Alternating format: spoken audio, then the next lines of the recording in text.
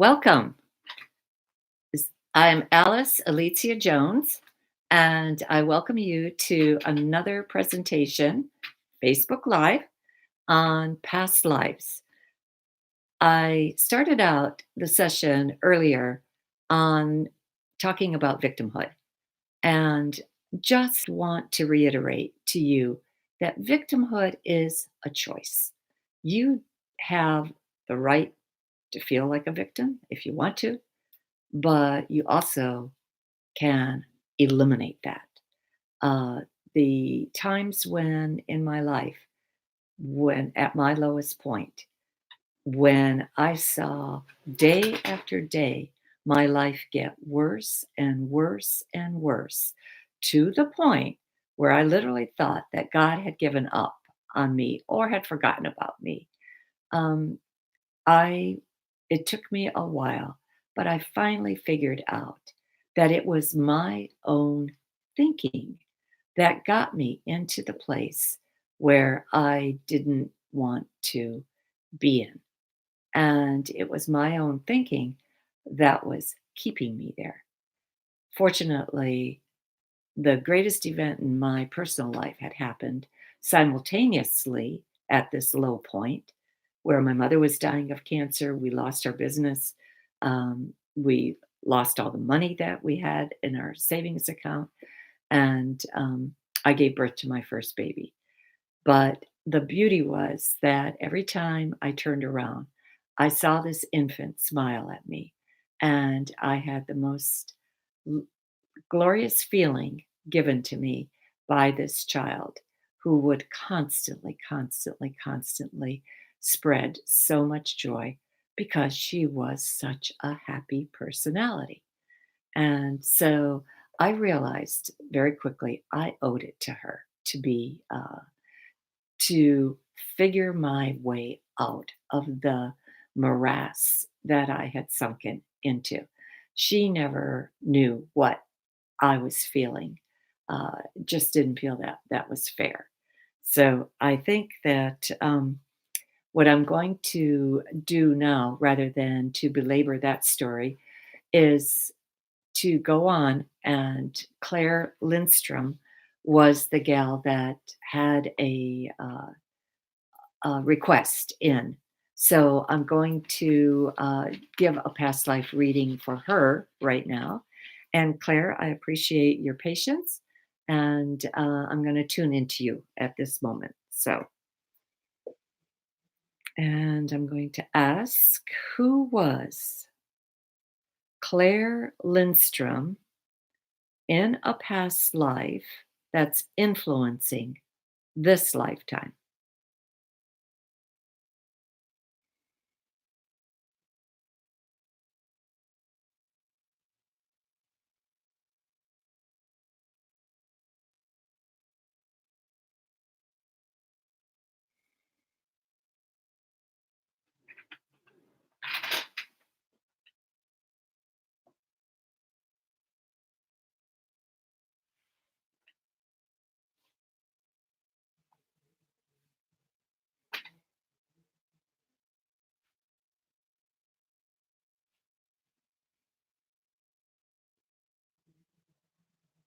Hmm. Claire, um, the okay, the sense that I have with you is that you have a number of careers, and I just saw a bunch of sliding doors. So it felt like I was just giving segments of your lifetime. And it might have been um,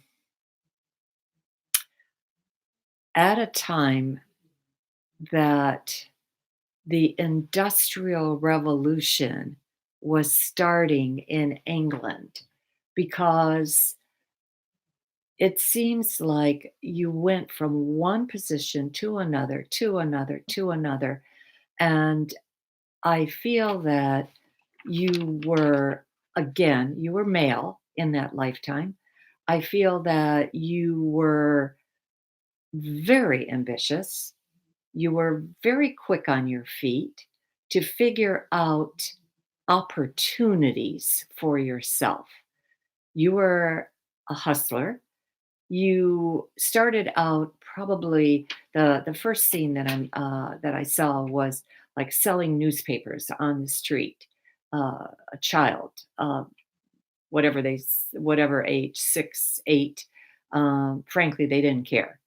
And then you went into a machine shop, but you kind of realized that the noise and the dust from the shop was just almost like making you ill. And so you couldn't stay there. And, but you were willing to take whatever training was available to you. And then you went on to an accounting place. But again, you weren't satisfied with that.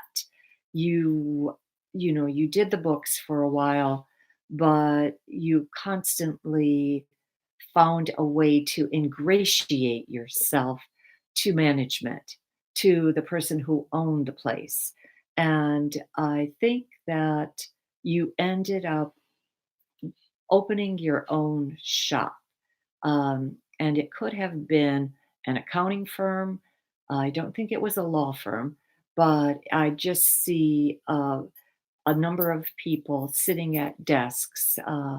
But I don't think you stayed there. I think you felt that you yet wanted something else. There was something bigger and more opportunity for you.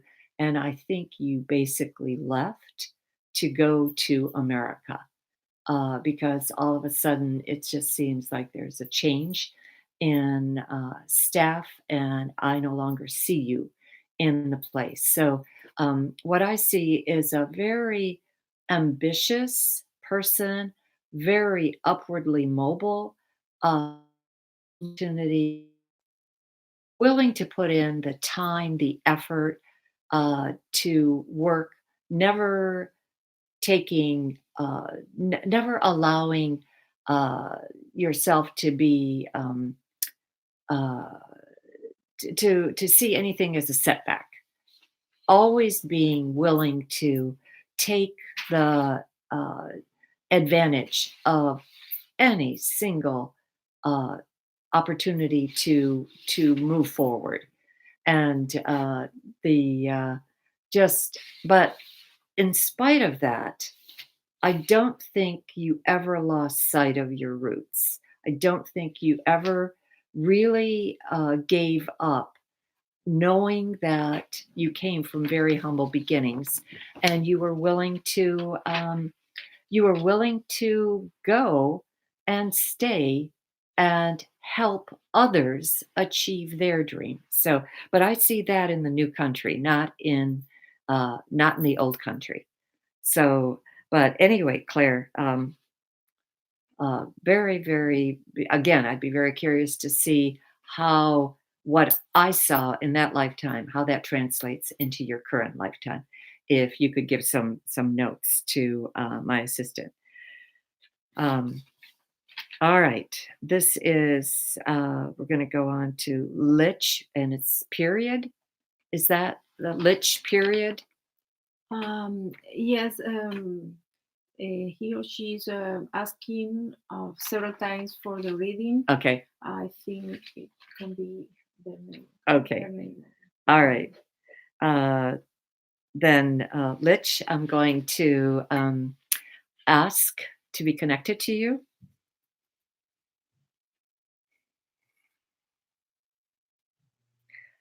Who was Lich period in a previous life that is impacting this lifetime?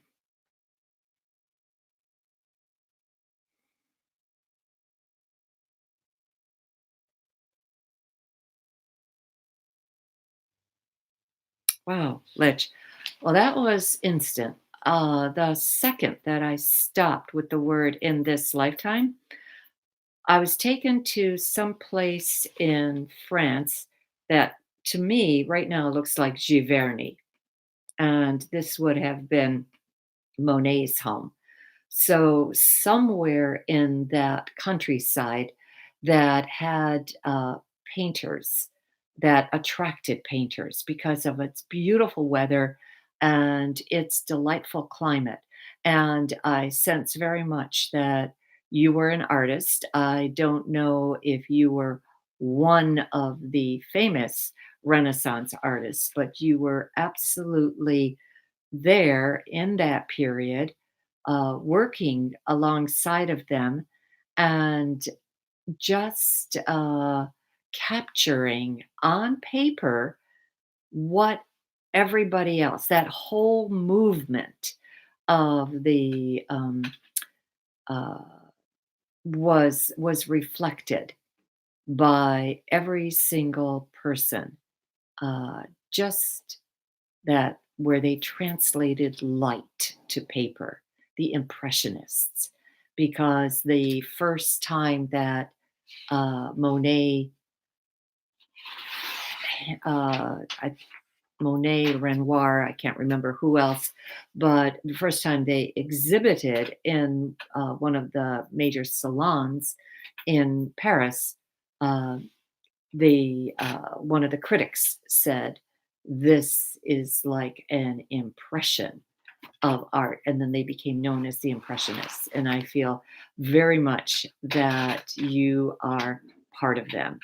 Uh, so again, would be very, very curious to see if you have artistic talent in this lifetime, if that translates into other artistic talents such as dance or writing, and uh, how that has appeared for you, or whether you even paint in this lifetime. So anyway, please let us know. All right, and I'm going to go on to Heather McNally. And Heather, I'm going to ask to be shown who was Heather McNally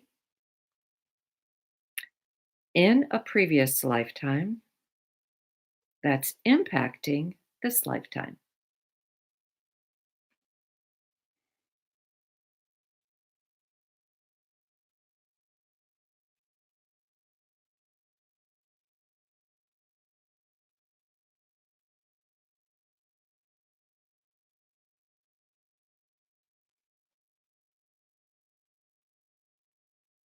Hmm. Well, this is interesting.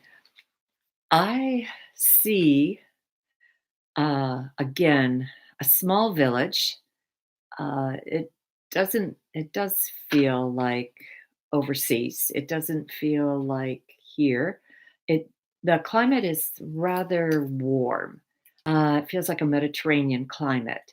The soil seems to be very lush, very rich. Uh, the sense that I have is you're a small farmer. Again, I see you as a male in that lifetime, and you are in a I don't think you ever achieve any kind of wealth or status from what you're doing, but you have a very satisfied life. You're very happy with what you do. You have a warm, loving family around you that and I definitely see a lot of grapes where you're involved in making wine. So you could be this could be Austria. This but small vineyards, nothing large, and where you celebrate the harvest with neighbors and everybody then shares in the bounty of the earth. Uh, very There's nothing in your life that you feel is missing. You don't really want to go into anything. You don't really yearn for anything more than what you have. You're very, very satisfied with it. You don't yearn to go to the big city. You don't yearn to do any traveling. But the whole sense that I have with you is just a deep inner satisfaction with the way your life has arranged itself, and a tremendous love of the earth and the bounty and appreciation for what the earth supplies to you, and happiness. And there seems to be a lot of music around you. Every festivity has music with it. So that's very nice. And now I'm going to go into so again, please let us know if that had any relationship to the current life that you're living. And I'm going to go on to Alyssa Loren. And so I'm asking to be shown what Alyssa Loren who Alyssa Loren was in a previous lifetime in relation to this lifetime.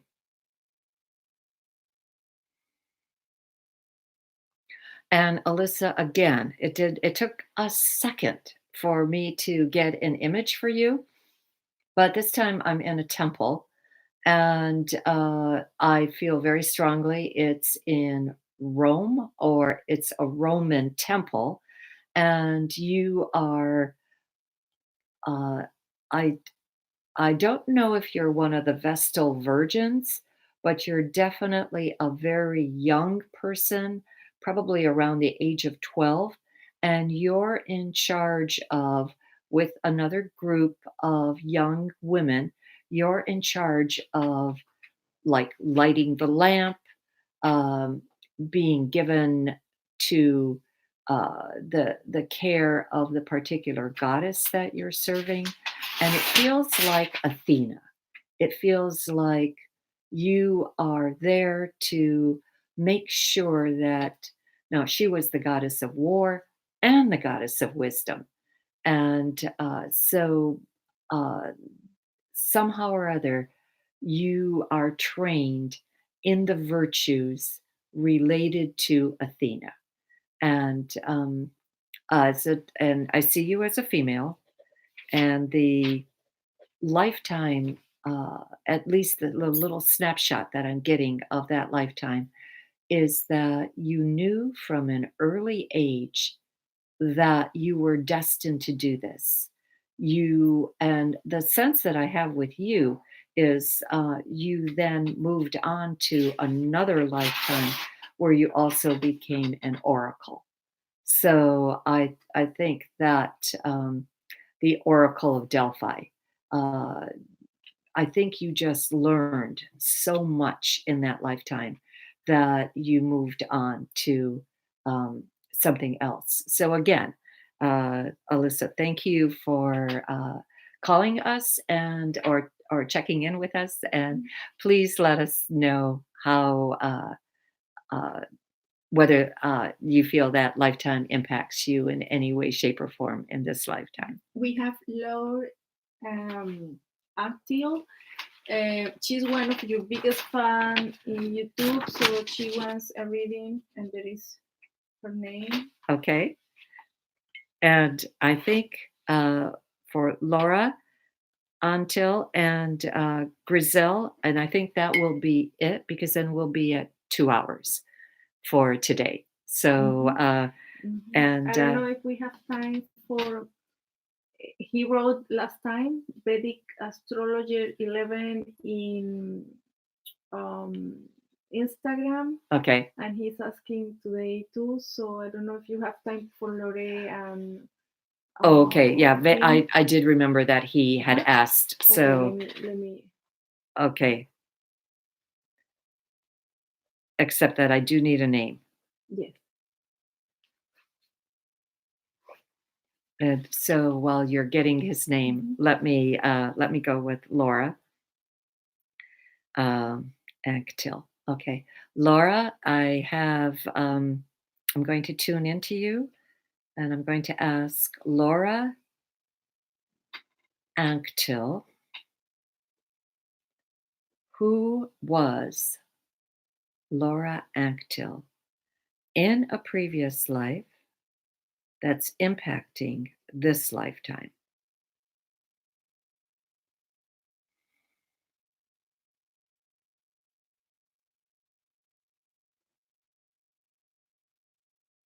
Hmm. Laura, this is very sweet. Where I was taken to was probably, I was in the middle of snow covered mountains into a little shoemaker's home. And the sense that I have is that you were that shoemaker. You're male, you live by yourself, you have, and I have a story that's almost identical to this. Um, you have a very faithful companion next to you. In fact, you have three of them, where you have three little dogs that keep you company and are just very, very, um, you learn to almost communicate with them telepathically, and you are just very pleased with your existence because you know how to mold a piece of leather, flat leather, and mold it into this beautiful work of art. And that gives you a tremendous amount of satisfaction. You don't get many orders, but you don't need many orders to keep your life going. And again, you like your village, you like your life, you have a very, it's a pretty solitary existence, but it doesn't bother you because the sense that I have with you is in a previous lifetime, you were in the middle of a very squalid city. You never had enough to eat, and you were always hungry, uh, and always felt and dirty. I think you might have been an urchin on a street, and that might have been a very short lifetime for you. So when you reincarnated, you moved on to this life and you said, "No, I'm going to take care of myself. I'm going to learn a trade that is indispensable." And obviously, at this time, a couple hundred years ago, shoes, the cobbler made all the shoes. And so you were indispensable. And so you were able to provide a very good living for yourself, and your three little companions were all the activity that you wanted. Uh, Again, very lovely uh, life, but solitary. And but you never ever wanted for anything else. Thank you, and let us know how that impacts you. Um, I think I'll have time for probably two more, and that's it. So that one There's will have one. to be at the end. Mhm. Uh, Okay. okay, This is the Vedic Vedic astrologer. is Vivek Vivek. Mhm. Chauhan. Chauhan. Okay. So I will ask, who was Vivek Chauhan in a previous life that is impacting this lifetime?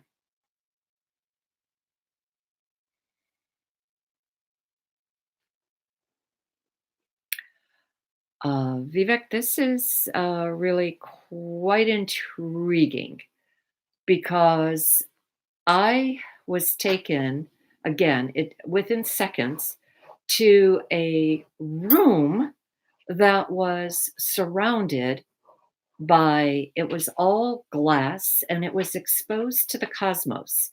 And this is very similar to a place of where I've seen goddesses gather before. And the sense that I have is this is your futuristic, and it could be that you are um, not a member of Earth in what I'm seeing, but you come from a different planetary system, and you have uh, your intelligence is such that you don't communicate verbally, you communicate telepathically. And you have a way of reaching across the stars, across to other. places. And so you are, it's almost like as if you're not only have you brought some of your experiences with you, but you can tap into so much more, unless you already have, than you feel you can. I just feel that the goddesses are working with you and are giving you information that maybe right now doesn't make any sense to you. Maybe it does. But you will have an incredible wealth of knowledge. And I urge you to record it. And I urge you to if you go somewhere in your dreams at night, record those dreams. Have paper and pencil close by morning, noon, and night so that you can write down exactly what you get. Because in your case, what you're getting is stuff that we need for the future. It's probably energy that we're going to step into. It's just not, maybe the consciousness of the planet isn't quite ready for it yet. But you are bringing it to the planet. You're one of maybe 200 people anchoring information right now. Everybody's getting the same information and from different points in the world. And everybody is going to be told when they are to release that information to humanity. Mhm. So I just feel you have a very, very important job here, and I am very grateful for you. I think the last one, Kia Parker? Kia Parker. Okay. So what about the Grizel Rivas? Kia was waiting first. In First? YouTube, yes. Oh, okay. All right. So Kia, you are going to be our last one and for today. But I will be here next month at the end of November, probably Yeah. not the week of Thanksgiving, No. not the week of Thanksgiving, the week before. Yeah, it can be. Okay. Also, let the people know where they can reach you through Skype or any other. Exactly. My website is AliciaJones.com. I'll spell that for you. ALICJA. That's my birth name. That is the name that I was born with. And the irony is, my first name is Stanisława, which translates into light. Alicia translates into truth. And that's what I feel I bring to the planet, light and truth. And for the title of on my book, I put Alice Alicia Jones. And so please. Vedic say Alicia Angel. Oh, thank you. Thank you. That was beautiful. I appreciate can that. the people reach you by phone? Can you give readings for Yes, them? if you go on my website, my charges are all there, and you can send in a request through Squarespace and put in, and I'll be more than happy to do a reading for you if you want additional information. And I'm at my telephone number is 703-625-7089, but I do prefer the request to come in through Squarespace on my website. Then I have a written record of it. Also, Sacred Circles on And Wednesday. that's true. And every Wednesday, I work at Sacred Circle at 919 King Street in Alexandria, Virginia. I'm there physically. And on the third Saturday of the month, I'm there. I start by teaching A Course in Miracles to begin with. Then from 1 to 7, I do readings or healings because I have many healing modalities, but the two I specialize in is Reiki and Metatron's healing methods. So, all right, Kia, I'm going to tune into you. Let me just see and ask, who was Kia Parker in a previous life that's impacting this lifetime?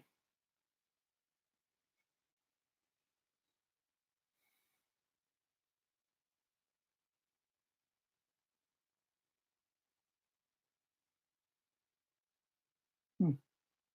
All right, Kia, uh, what came in instantly was the island of Kauai, and in Hawaii.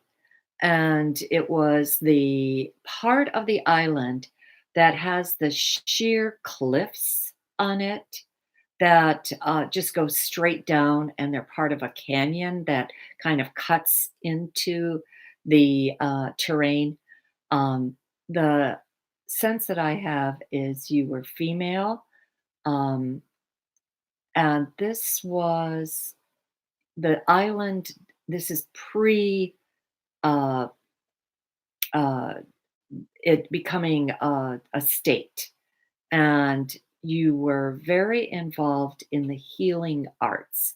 You were also involved in giving readings. You were also a involved in like working on poultices, working on teas, working on all natural healings.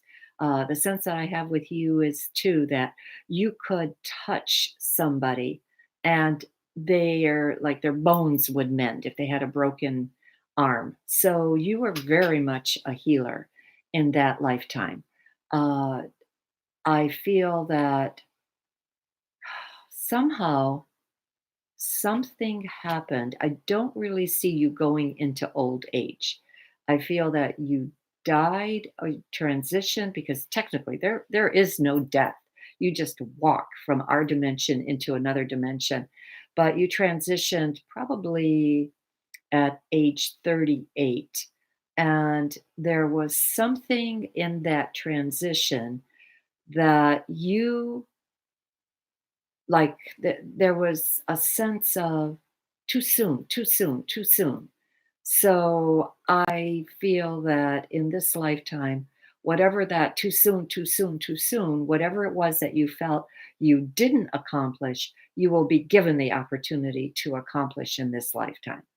And so, my sense with you is that whatever you're working on, continue perfecting it, because whatever career you've chosen for yourself, or career that you think you want for yourself, is there for you, but you are going to have to um, take the time, take the effort, bring forth all your gifts, and bring forth the amazing.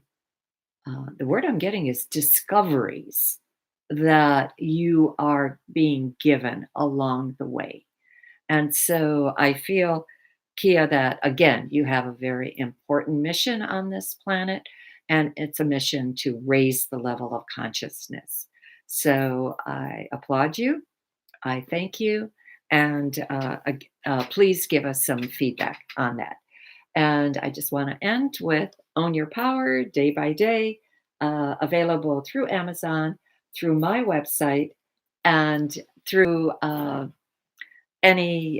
through Sacred Circle. So please do have a great month, and this is the month of Thanksgiving.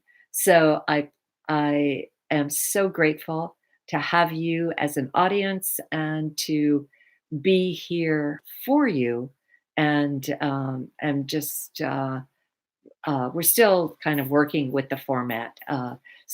We tried 15 minutes. It always ran over. So now these were like 2 half-hour segments. They kind of ran over too. So anyway, but thank you again for being here. And I will bid you adieu.